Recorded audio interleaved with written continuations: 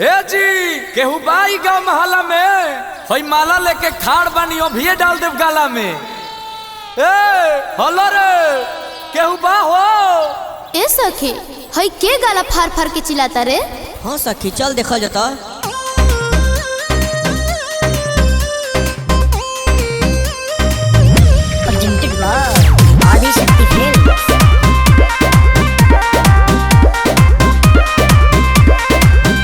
अरे हाथ लेके सेनर के डिबिया हो कहे के जुटले बड़ा मीडिया हो। ए कैमरामैन तनी फोकस करें इनके मुंह पे। अरे हाथ लेके सेनर के डिबिया हो कहे के जुटले बड़ा मीडिया हो। ए हीरो का विपद पड़ल बा। बियाह करे खातिर लड़का घूमता दिल्ली में सुपरवाइजर है 22,375 रुपया महीना बा। और का बा बट पटन मकान गावे घर या दलान तू गोटा बरबा बानी सावर बाकी हमारा में पावर बा बानी सावर बाकी हमारा में पावर बा।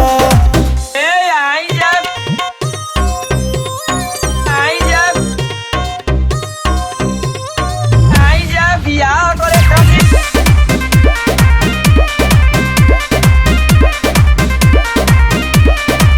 हो अपन धनिया के रनिया जैसन सजाही दे ताजमहल राजमहल सब बनवाही दे। आहो आहो फिर कहताड़ा झूठा ही बड़े बड़े हो। इतना जे रोहित लइकी मिलत खड़े खड़े हो। बुझाइल और का बता लगे। कूलर बा एसी बा घरे फ्रिज बा 2.5 बीघा खेत बा। औरी बट पटन मकान गावे घर या दलान तू गोटा बरबा बानी सावर बाकी हमारा में पावर बा बानी सावर बाकी हमारा में पावर बा।